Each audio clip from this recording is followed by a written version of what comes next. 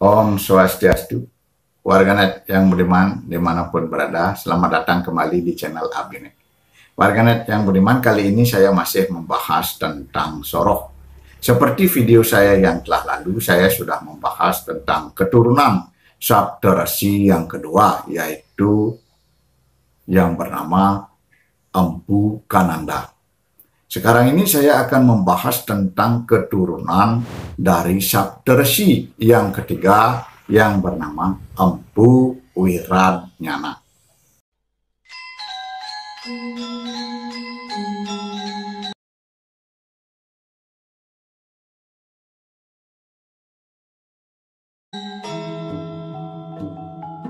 Warganet yang budiman, Empu Wiradnyana menurunkan seorang putra bernama Empu Wiranata. Empu Wiranata menurunkan seorang putra dan dua orang putri. Yang pertama putra bernama Empu Purwanata. Yang kedua putri yang bernama Ni Ayu Wetan. Dan yang ketiga putri bernama Ni Ayu Tirta. Empu Purwanata menurunkan seorang putra dan seorang putri. Yang pertama putra bernama Empu Purwa. Yang kedua putri bernama Ken Dedes. Warganet yang budiman, Empu Purwa menurunkan 7 orang putra. Yang pertama bernama Depasak Tatar Pipin. Yang kedua bernama Depasak Tatar Telengan. Yang ketiga bernama Depasak Tatar Mangku Baliagung Bukit Cemeng. Yang keempat bernama Depasak Tatar Gelgel. Yang kelima bernama Depasak Tatar Penataran Desa Kendran. Yang keenam bernama Depasak Tatar Cempage. Dan yang ketujuh bernama Depasak Tatar Sidem Bunut. Warganet yang budiman, saya akan ceritakan mengenai Empu Purwanata yang mempunyai seorang putra dan seorang putri. Yang pertama putra bernama Empu Purwa dan yang kedua putri yang bernama Ken Dedes. Warganet yang budiman, ada kisah duka dari para Brahmana pada zaman kerajaan Kediri yang diperintah oleh Tunggul Ametung yang bergelar Sri Dandang Gendis. Warganet yang budiman, Tunggul Ametung yang bergelar Sri Dandang Gendis ini memerintah sekitar 28 tahun di kerajaan Kediri, mulai dari tahun 1194 Masehi sampai 1222 Masehi. Warganet yang budiman, Tunggul Ametung yang bergelar Sri Dandang Gendis ini memerintah sangat kejam. Warganet yang budiman, dan sewenang-wenang. Warganet yang budiman, dan Sri Dandang Gendis ini sering melakukan tindakan tidak senonoh kepada para Brahmana. Warganet yang budiman, diceritakan Sri Dandang Gendis alias Tunggul Ametung ini mengundang para Brahmana ke kerajaan Kediri. Kemudian para Brahmana ini pun datang kepada sesunannya.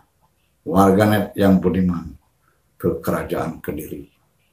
Sampai di kerajaan Kediri, Sri Dandang Gendis alias Tunggul Ametung ini pun menyambut dengan baik para Brahmana.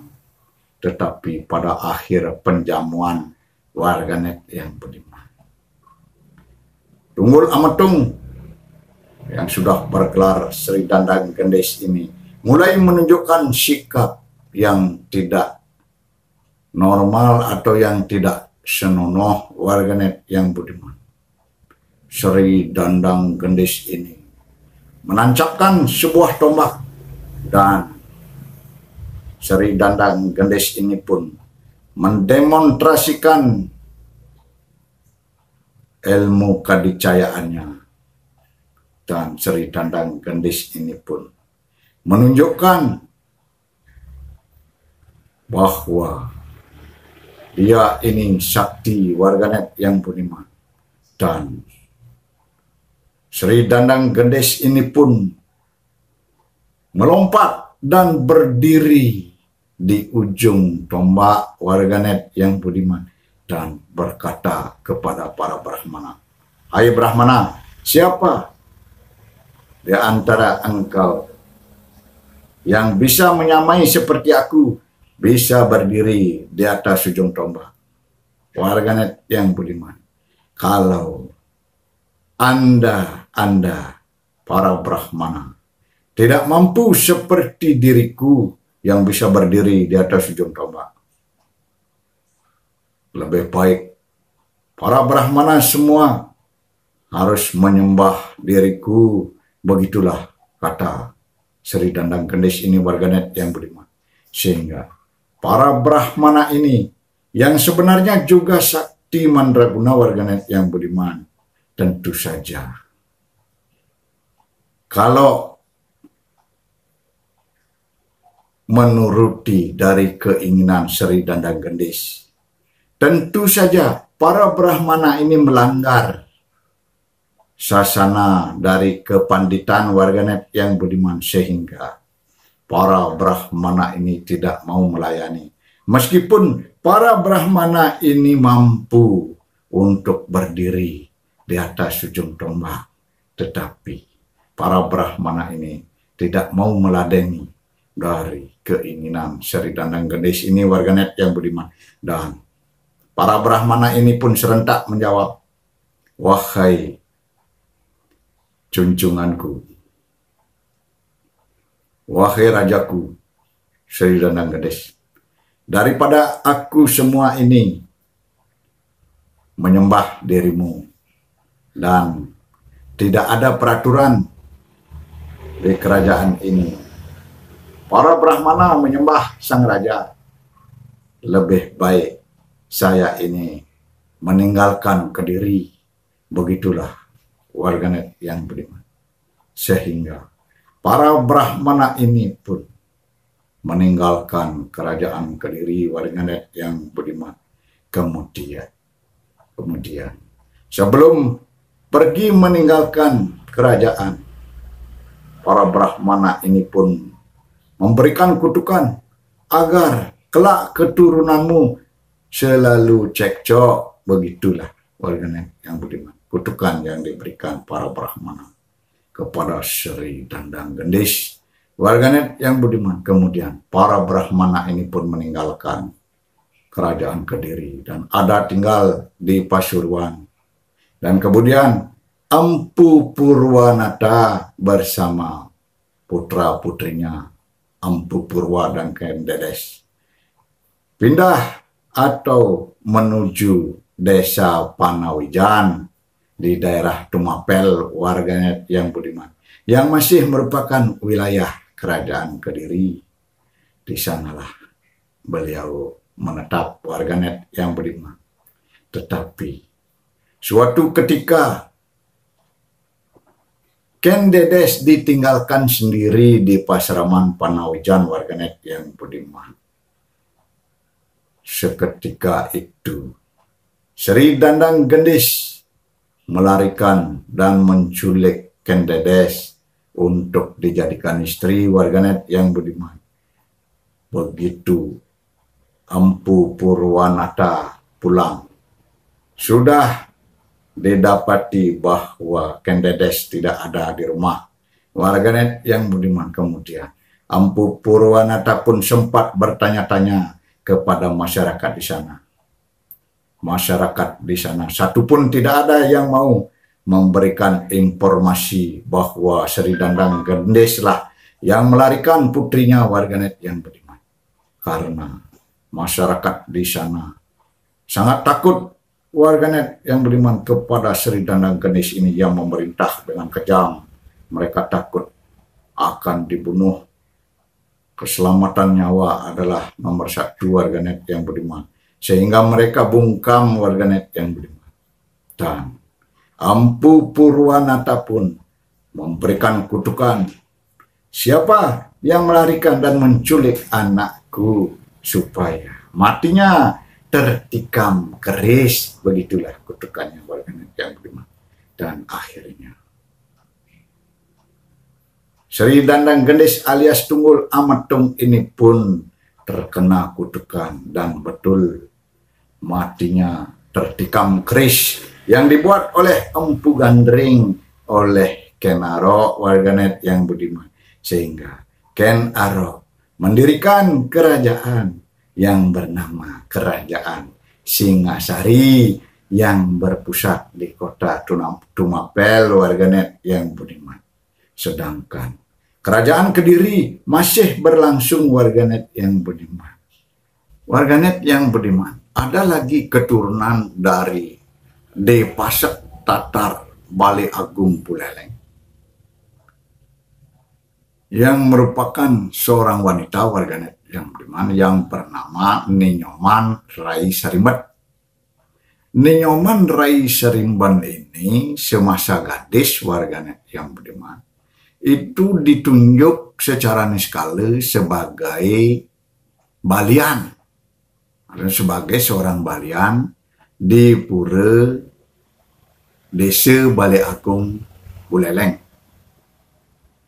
Warganet yang budiman, balian ini bukan dalam artian itu mengobati seseorang, ya, tetapi balian di sini mempunyai fungsi spiritual terhadap pura desa Bali Agung Buleleng ini. Dan profesi ini pun didapatkan oleh Ninyoman Rai Sarimban ini, ditunjuk langsung oleh Ide Betara-Betari Sesunan yang ada di sana.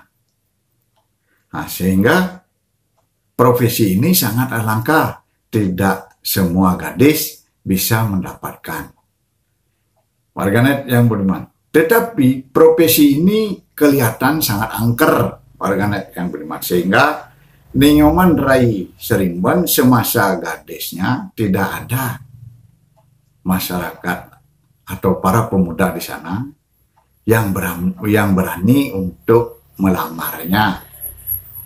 Warganet yang budiman, kemudian